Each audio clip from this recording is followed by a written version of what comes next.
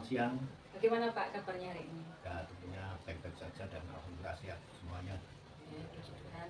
Baik Pak, di sini ada 8 pertanyaan. Yang pertama, selama ini bagaimana Bapak dapat mengidentifikasi kasus-kasus yang merupakan dilema etika atau rujukan moral?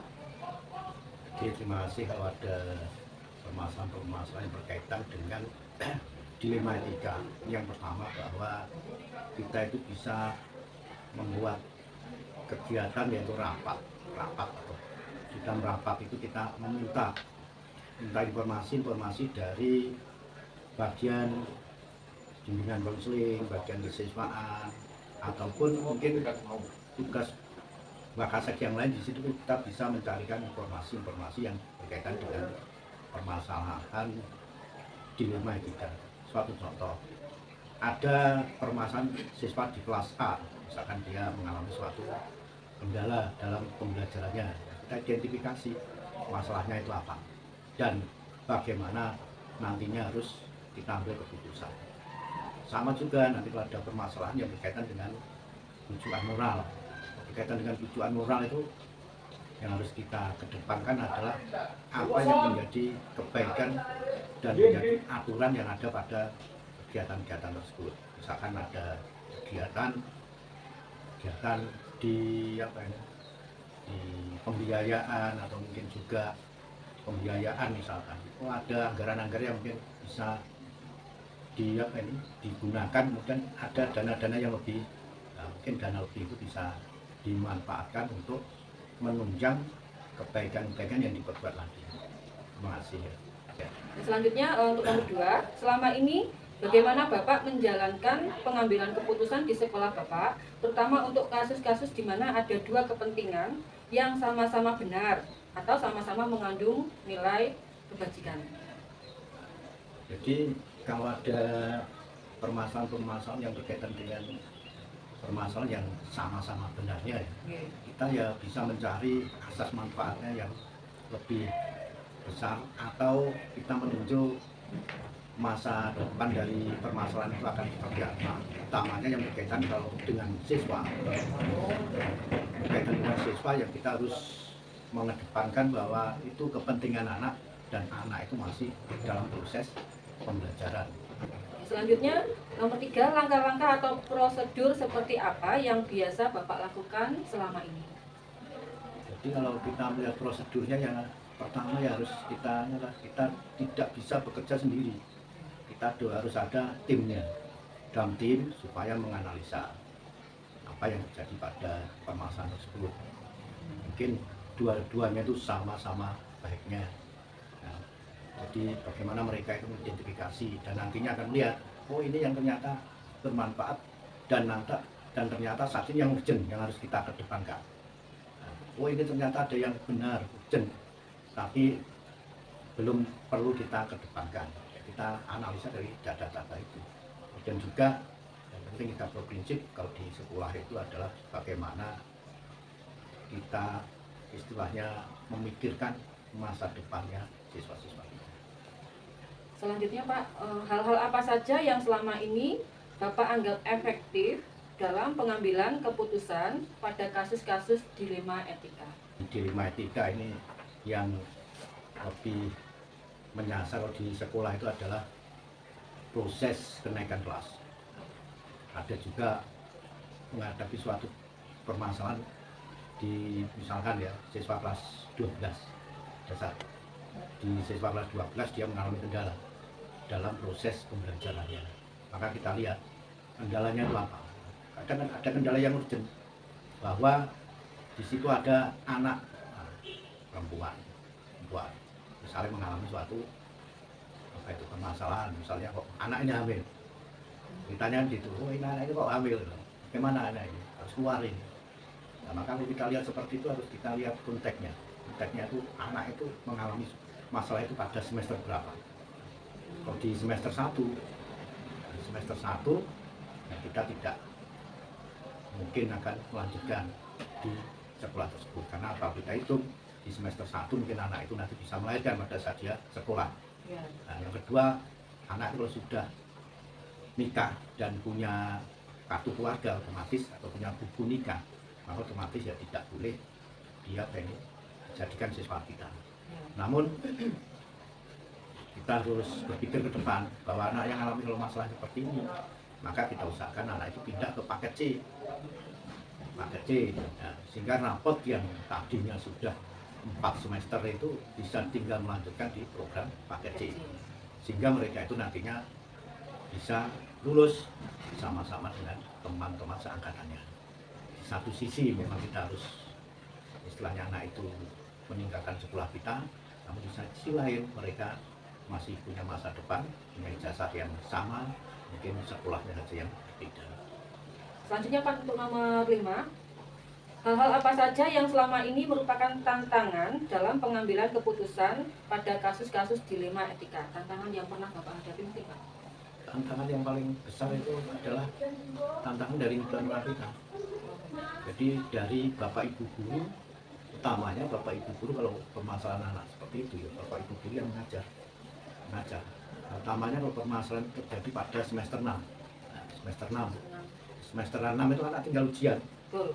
Nah, tinggal ujiannya anak itu harus kita pindah atau tetap melanjutkan di sekolah itu. Nah, maka jawabannya ya harus bahwa anak itu sudah semester 6 ada masalah itu ya tinggal anaknya aja kita beri kesempatan sampai mungkin dia ikut ujian dengan catatan ya mungkin harus menunda pernikahan resminya, atau kalau memang mereka dengan kesadaran sendiri mereka bisa ikut paket C lagi, kita ikutkan itu. Nah, karena ada itu maka tantangan yang terjadi adalah dari guru. Ada anak seperti ini, bagaimana kalau enggak dia dikeluarkan, tidak dikeluarkan. Nah ini dari guru ini maka harus kita beri penjelasan pada guru. Ya, kita berharap bahwa anak-anak itu adalah anak-anak kita sendiri yang mengalami suatu kesulitan dan mereka pun ya akan merasa bahwa tidak ingin dia seperti itu. Jadi masa depan anaknya harus tetap kita perhatikan walaupun di sekolah dan tantangan dari. Lanjut Pak, apakah Bapak memiliki sebuah jadwal tertentu dalam sebuah penyelesaian kasus dilema etika? Apakah Bapak langsung menyelesaikan di tempat atau memiliki sebuah jadwal Pak untuk menyelesaikannya? Kalau ada permasalahan itu ya kita harus melihat bahwa permasalahan itu terjadi karena apa, gimana. Terus kalau sudah itu ya kita kan nggak bisa langsung memberikan suatu punishment, suatu tindakan. Namun harus kita berikan tahu, cari penjelasan, kemudian bagaimana mereka ini akan kita berikan tindakannya. Padahal seperti itu ya kita bisa menjadwalkan. Sebenarnya yang pertama itu kita jadwal itu bisa komunikasi dengan guru-guru BK, cari informasi dari guru-guru BK. Kalau jadwal formal ya pada saat rapat di awal tahun pelajaran sambil kita refleksi dari apa itu kan di awal bulan kami kita merefleksi kegiatan di bulan sebelumnya. Kita bisa mencari informasi di situ dari Bapak Ibu wali kelas. Sambil itu juga mungkin kita komunikasi dengan guru bimbingan konselingnya, dengan wali kelasnya. Kalau jadwal khusus ya mungkin pada saat rapat-rapat. Kalau jadwal nggak khusus ya pada saat kita ngobrol santai bisa di ruang BK, mungkin juga di ruang guru ya kita sambil bertanya ada masa-masa nggak di sekolah itu, di kelasnya. Nah itu artinya ada yang mungkin terjadwal, ada mungkin yang tidak. Selanjutnya Pak, apakah ada seseorang atau faktor-faktor apa yang selama ini mempermudah Bapak atau membantu Bapak dalam pengambilan keputusan dalam kasus-kasus dilema etika? Jadi kalau yang mempermudah kita itu adalah komunikasi dengan gurunya, wali kelas.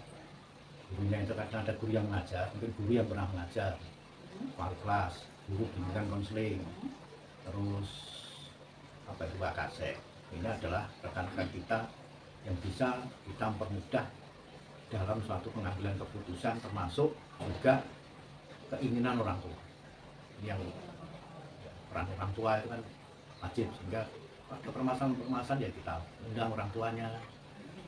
Masalahnya apa, nanti kalau ada permasalahan yang mungkin perlu peringatan itu kita beri peringatan pertama, berikan peringatan kedua, ketiga, dan nantinya pada saat saya memperingatkan seperti itu, kalau dari saya sendiri yang jelas mereka itu yang menuliskan sendiri peringatan.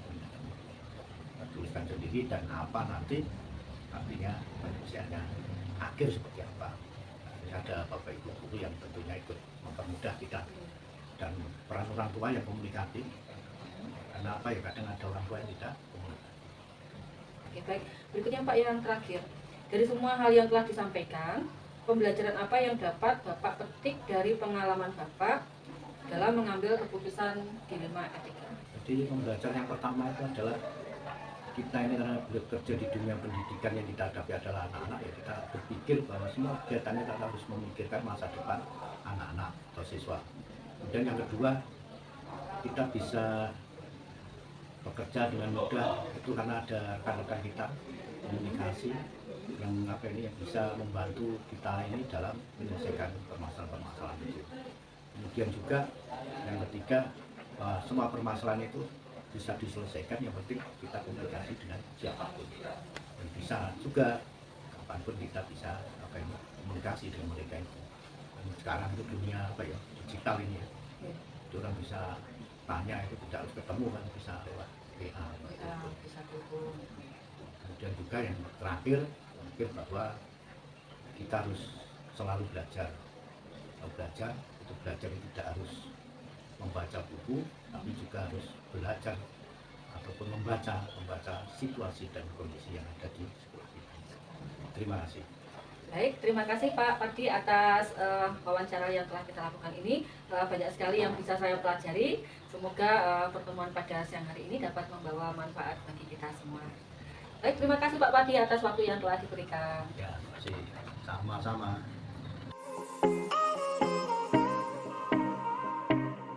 Dari pertanyaan nomor 1, selama ini bagaimana Anda dapat mengidentifikasi kasus-kasus yang merupakan dilema etika atau bujukan moral? Baik, menurut saya untuk jawaban yang nomor 1 itu gini, itu saya melihat dari sudut pandang moral dan hukum. Apabila kasus tersebut melanggar hukum, sudah tentu benar lawan salah. Namun jika masih dikatakan benar lawan benar, masalah tersebut baru yang dinamakan dilema etika. Begitu.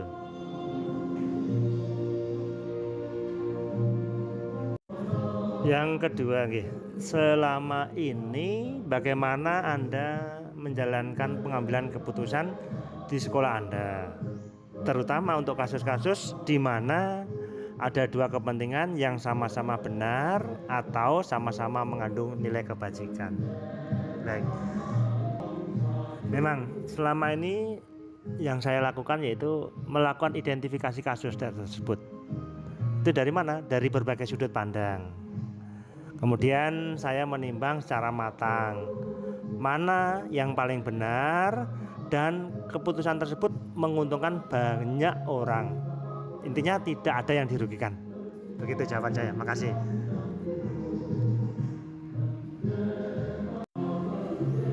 Langkah-langkah atau prosedur seperti apa yang biasa Anda lakukan selama ini? Kalau ditanya langkah-langkah yang sudah pernah saya lakukan selama ini yang menjadi pengalaman saya, yaitu yang pertama, menentukan penyebab permasalahan. Berikutnya, menentukan siapa yang terlibat. Kemudian menanyakan kepada orang-orang terdekatnya. Dilanjutkan dengan berdiskusi dengan warga sekolah. Yang nantinya dari diskusi itu saya akan membuat beberapa solusi keputusan. Nah, dari keputusan itu tidak langsung saya keluarkan, namun saya harus menimbang lagi dari berbagai sudut pandang sebelum memutuskan atau mengambil solusinya. Begitu ya jawaban nomor 3. Menjawab pertanyaan panjenengan yang nomor 4 tadi, pertanyaan hal-hal apa saja yang selama ini Anda anggap efektif dalam pengambilan keputusan pada kasus-kasus dilema etika. Yang saya lakukan ini yang pertama yaitu menganalisis kasus, kemudian menentukan solusinya yaitu dengan menyesuaikan dengan peraturan dan norma yang berlaku. Nah, yang paling penting di sini saya harus mengedepankan kepentingan umum. Yang gimana solusi tersebut nantinya akan bermanfaat bagi banyak orang dan yang pastinya diinginkan yaitu berdampak baik dalam jangka panjangnya.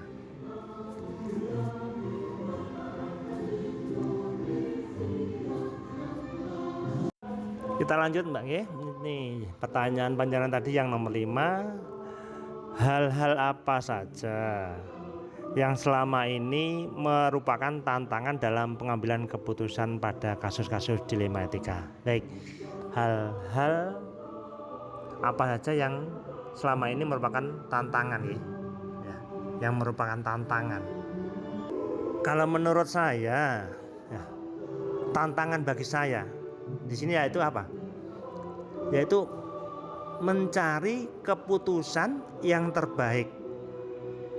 Karena mengapa? Karena keduanya merupakan masalah yang sama-sama benar.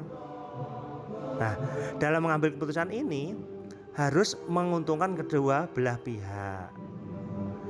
Yang intinya tak ada satupun yang dirugikan, begitu. Karena kedua belah pihak kita harus mengambil keputusan yang di tengah-tengah, begitu Mbak.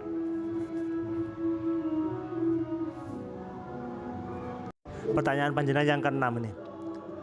Apakah Anda memiliki sebuah jadwal tertentu dalam sebuah penyelesaian kasus dilema etika? Apakah Anda langsung menyelesaikan di tempat atau memiliki sebuah jadwal untuk menyelesaikannya? Bentuk atau prosedur seperti apa yang Anda jalankan? Nah, ini jujur, ini agak perlu pemikiran nih. Nah, baik. Pastinya untuk memutuskan suatu masalah yang ringan itu semua orang pastinya bisa langsung saya putuskan. Begitu juga saya. Jika masalah itu ringan, saya langsung bisa memutuskan. Namun jika masalah itu saya rasakan berat, saya akan melakukan sesuai langkah-langkah yang disebutkan pada jawaban nomor 3 tadi. Ada 9 itu mungkin.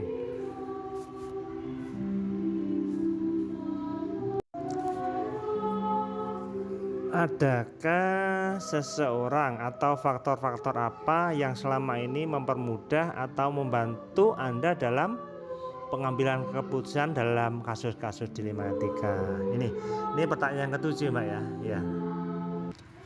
Dari pengalaman saya dalam pengambilan keputusan ini, saya selalu mengajak warga sekolah, stakeholder, wali murid, dan orang-orang yang mempunyai kedekatan personal dengan orang yang sedang mengalami permasalahan tersebut. Jadi dengan demikian saya bisa mendapat banyak masukan sebagai alternatif dalam penentuan solusi nanti. Baik, untuk nomor 8 tadi ya, pelajaran yang sudah saya dapat atau saya ambil. Nah, selama ini dari kasus dilema etika, pelajaran yang bisa saya ambil yaitu saya menjadi lebih bijaksana dalam apa? Dalam menganalisis sebuah permasalahan untuk dijadikan pertimbangan dalam menentukan solusi yang tepat dan yang terbaik. Itu pengalaman saya. Makasih.